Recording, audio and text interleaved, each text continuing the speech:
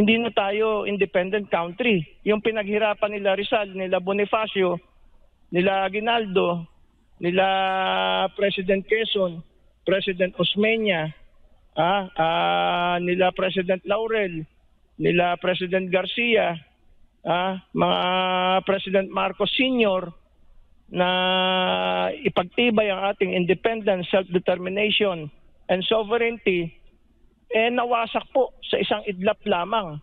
At nagmukhang katawa-tawa, laughing stock sa buong mundo ang Pilipinas. Welcome back po sa Pilinpo TV. Ang ating pong background ng Boracay White Beach. Hindi pa po natin napalitan. Suportahan po natin ang ating local tourism sa pamamagitan ng pamamasyal sa ating mga tourist destination para makatulong sa ating mga kababayan. Okay, panoorin po natin ito. Opo, isang linggo nga pong hindi magpapadala ng pera ang ating ang ilang pong OFW mula Marso 28 hanggang April 4 bilang pagpapakita na po ng kanilang simpatya sa pagkakaaresto kay dating Pangulong Rodrigo Duterte. Ano ho ba ang inyong masasabi dito? Well, if it will push through, malaking epekto 'yan sa mga namumuno ngayon dahil alam naman natin na kaya lamang nagsusurvive ang ating ekonomiya ay dahil sa OFW remittances kasi wala namang namamanufacture ang Pilipinas, at wala rin tayong naproproduce. Nag-i-import tayo lahat, bigas, kahit nga pakong bakya, siping-simple, pakong bakya ini-import pa natin. So sa pag-import po, ang ginagamit ay US dollars. Hindi naman tatanggapin ang Philippine peso or any other currency sa importation. So kung hindi po magre-remit ng US dollars ang ating OFWs, maapektuhan po ang ating importation at mahihirapan ang mga namumuno ngayon dahil umaasa lang po talaga. The Philippine economy is just kept afloat through OFW remittances at dahil malaki po ang ating utang denominated in US dollars, maapektuhan din po ang pagbabayad ng ating utang if a significant portion of our OFWs will stop remitting US dollars into the Philippines. Opo, isang hiling lang naman ang panawagan ng mga OFW, particular na po dyan po sa Europa, na ibalik si dating Pangulong Rodrigo Duterte dito sa Pilipinas. Yan ho ba ay mahirap nang gawin ngayon ng pamahalaan? Medyo, to tell you frankly, kasi ayaw kong hindi sabihin yung totoo para maging handa ang lahat, medyo mahirap pong maibalik sa ating bansa ang sinuman na Pilipino na nalagay sa detention sa ICC. Dahil ang ICC po ay So una-una ho pala, malaking epekto ng hindi pag-remit ng dolyar ng mga OFW. Pangalawa, sana maibalik na si PRRD. Kung i-review ninyo ang history ng ICC, pagka-perceived enemy of the Western countries, the West, ay talaga pong hindi na naibabalik sa bansang kanilang pinanggalingan at kadalasan sila po ay nakukonvict. Kaya ang tawag ng marami sa ICC, lalo na sa Global South at sa Third World, lalo na ang mga BRICS countries, ay ang tawag nila sa ICC ay kangaroo court.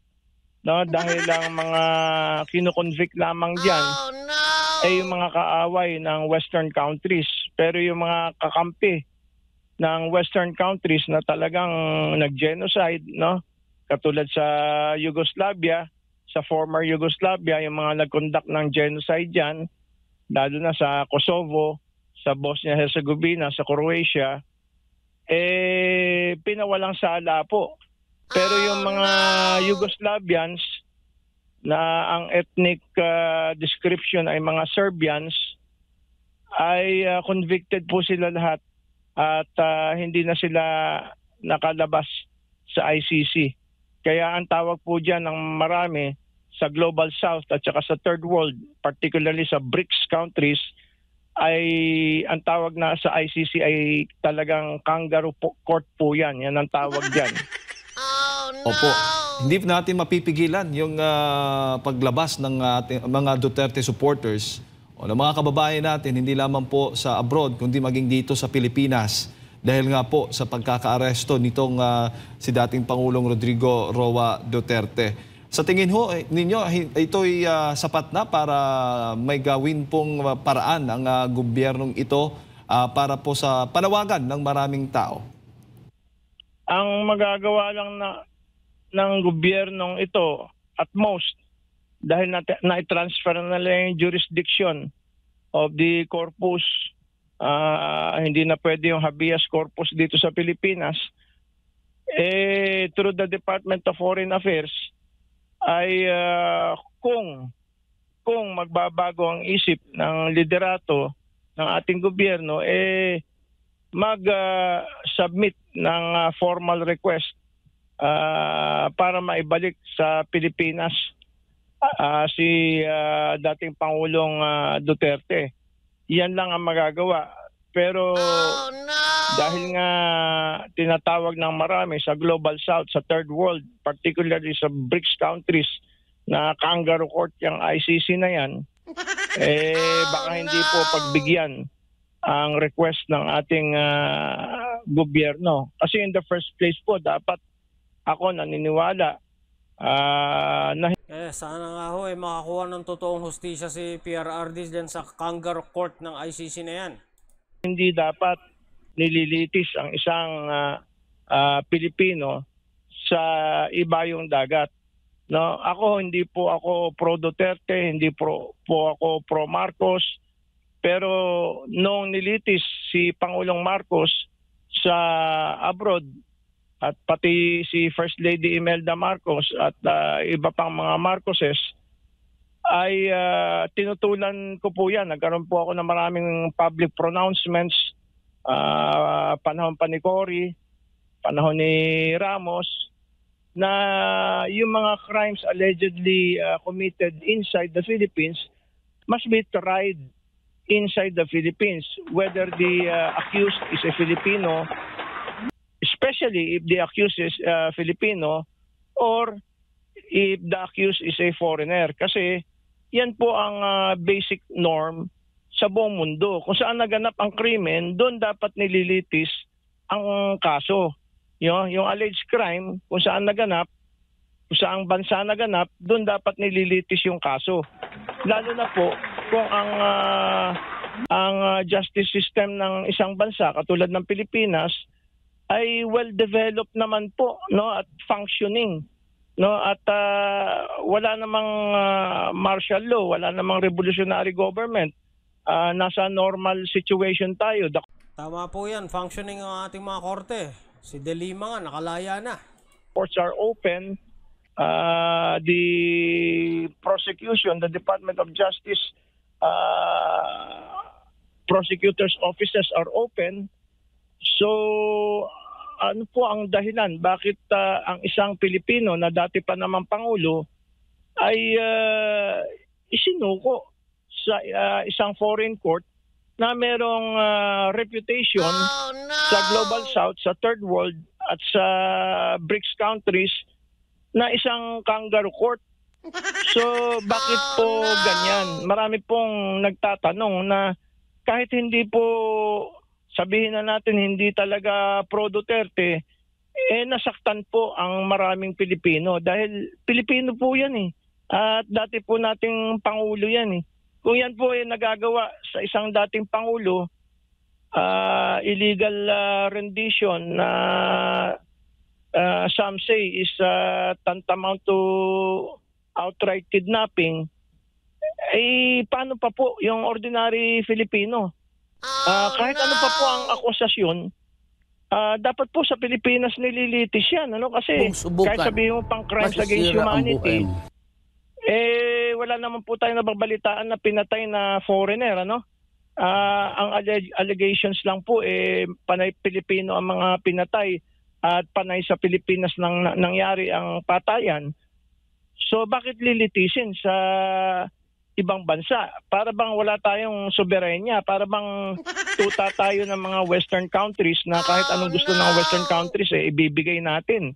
No, yung natural resources natin napupunta na sa kanila Pati ba naman yung ating mga tao mapupunta pa rin sa kanila. Medyo sumusobra na po, no? Sumusobra na yung pagpapatuta sa western countries, no? Wala na pong nationalism, wala nang sense of sovereignty, wala nang sense of independence. Naging puppet state na lang tayo, naging banana republic na lang tayo na Mukhang hindi na lang tayo nagpapakatuta Mukhang himod-puwet na ang ginagawa ng administrasyon. ang tingin sa abroad bulok ang ating judicial system, bulok ang ating prosecution system. Na maaaring totoo naman po na bulok yung ating prosecution system kasi ang pamilya namin mismo nakaranas na yung child abuse case hindi pinansin ng ating prosecutor, samantalang pag child abuse dapat complete support ang ating prosecutor. So maring totoo na bulok ang ating prosecution system, pero yung ating judgment system, yung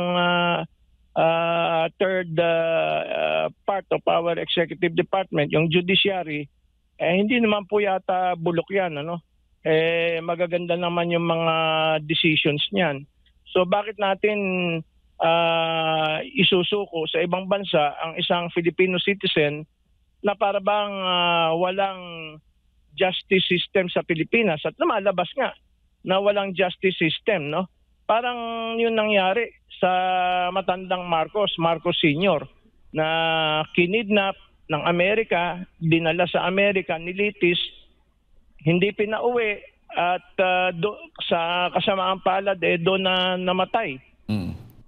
So kung yan ay nangyari sa tatay ni Bongbong, ay bakit niya pinapayagan mangyari ang isang injustice sa tatay pa naman ng ating Vice President at isang dating presidente himself?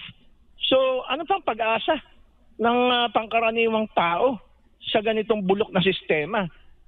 Kailangan pa ba ng revolusyon katulad ng 1986 na bago kikilos ang ating gobyerno? Kailangan pa ba ng revolusyon katulad ng 2001 para bago kikilos yung ating gobyerno? Baka yun nangyari sa tatay niya, mangyari dito sa anak, dito kay Marcos Jr. At marami na po ang nagagalit kahit na hindi po pro-Duterte, yung mga nationalist, yung mga pro-independence, pro-sovereignty, mga guardians of sovereignty, guardians of independence. Na-tempt kasi si Marcos Jr. sa opportunity na mawala si PRRD sa Pilipinas. Nagalit na po at pag nagkaroon po ng critical mass ay magtipon-tipon sa EDSA People Power, delikado po itong si Marcos Jr. At kasi may perception na tuta siya ng mga dayuhan at hindi siya presidente ng Pilipinas. Oo nga po may ilang OFW nga tayong nababalitang naakusahan, nasasakdalan ng hatol ng nasa death row at ang gobyerno ng Pilipinas ay makikipag-communicate, makikipag-coordinate doon sa bansa na yon kung saan na isang OFW na possible na dadaan sa death row. Pero ginagawa natin ang paraan na mapauwi dito sa Pilipinas. Sa sitwasyon ngayon kay dating Pangulong Rodrigo Duterte ay isinuko natin sa isang dayuhang grupo. Imbis nga na may gawin na pabor sa isang Filipino citizen, ang ginawa nakakasama sa isang Filipino citizen, and it sets a very bad precedent, no? Kung ito mangyayari, wag naman sana sa mga Marcoses, sa mga Romualdeses in the future, maulit yung ang ginawa sa kanila ng Amerika na sila nilapastangan ng Amerika, hindi sila pwedeng magreklamo kasi si Marcos mismo, Marcos Jr. mismo ang gumawa nito. So they are under estopel. Pag ginawa sa kanila ito in the future, maulit yung ginawa ng Amerika sa kanila, their family, their name were put to shame. Hindi na sila pwedeng magreklamo dahil they will already be under estopel. No, maliban lang siguro dito kay Amy Marcos na guardian of Philippine independence and sovereignty and nationalism gaya ng kanyang tatay na nagrereklamo. Pero si Marcos Jr. imbis na hindi magpagamit sa mga dayuhan, lalo na mga Western powers, siya po willing na nagpapagamit sa mga Western powers. Opo. Bago ko lang ipasa kay partner Prof, anong nakikita po ninyong magiging implikasyon siguro sa darating na eleksyon kung hindi pakikinggan ng gobyernong Marcos Jr. o Administrasyong Marcos yung hinaing o panawagan ng napakaraming tao, hindi lamang sa Pilipinas kundi sa iba't ibang bahagi ng mundo, mga OFW na nananawagan patungkol nga dito kay dating Pangulong Rodrigo Duterte na ibalik dito sa bansa? Maraming ang natatakot ngayon na baka magkaroon ng massive cheating, no? Kasi sa galit ng taong bayan, kahit naman hindi pro Duterte, nagagalit dahil Pilipino yan Alam po ninyo mga Pilipino, kahit magkakaaway yan, pag meron nang himasok na dayuhan, ang tendency ng Pilipino po nag-unite against the foreign powers. No, kasi nationalistic po ang mga Pilipino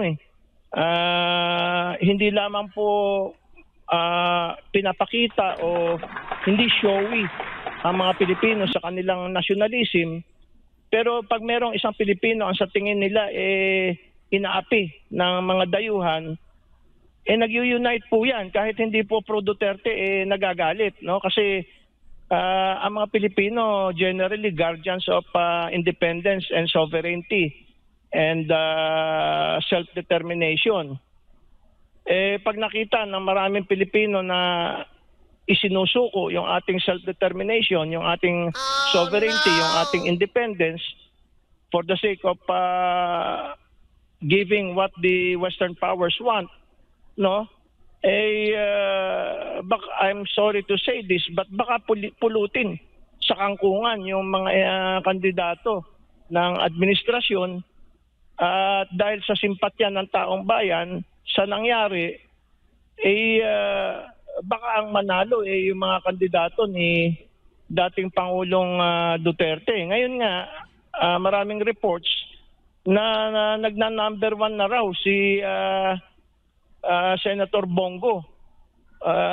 So isa yan sa mga indications na ang taong bayan hindi tanggap yung pagpapatuta sa mga dayuhan, no? Kasi parang nangyayari sa atin, hindi na tayo independent country. Yung pinaghirapan nila Rizal, nila Bonifacio, nila Aguinaldo, nila President Quezon, President Osmeña, nila President Laurel, nila President Garcia, mga President Marcos Sr. na ipagtibay ang ating independence, self-determination, and sovereignty, nawasak po sa isang idlap lamang. At nagmukhang katawa-tawa, laughing stock sa buong mundo ang Pilipinas, natulad tayo sa mga hindi naman po sa sa mga backward African countries na walang effective justice system. So yan na po ang tingin sa buong mundo ngayon, na walang effective justice system ang Pilipinas. At ang Pilipinas ay talagang tuta ng Western countries at nagpapagamit sa Western countries na nasa kategory na tayo ngayon ng Ukraine, at ang ating Pangulo nasa kategory na ni Zelensky. So sa isang iglap na wala ang pinaglaban ng ating mga bayani, Isinuko ni Marcos Jr. ang ating kasarinlan sa mga dayuhan. Kailangan mo harapin ngayon ang galit ng taong bayan.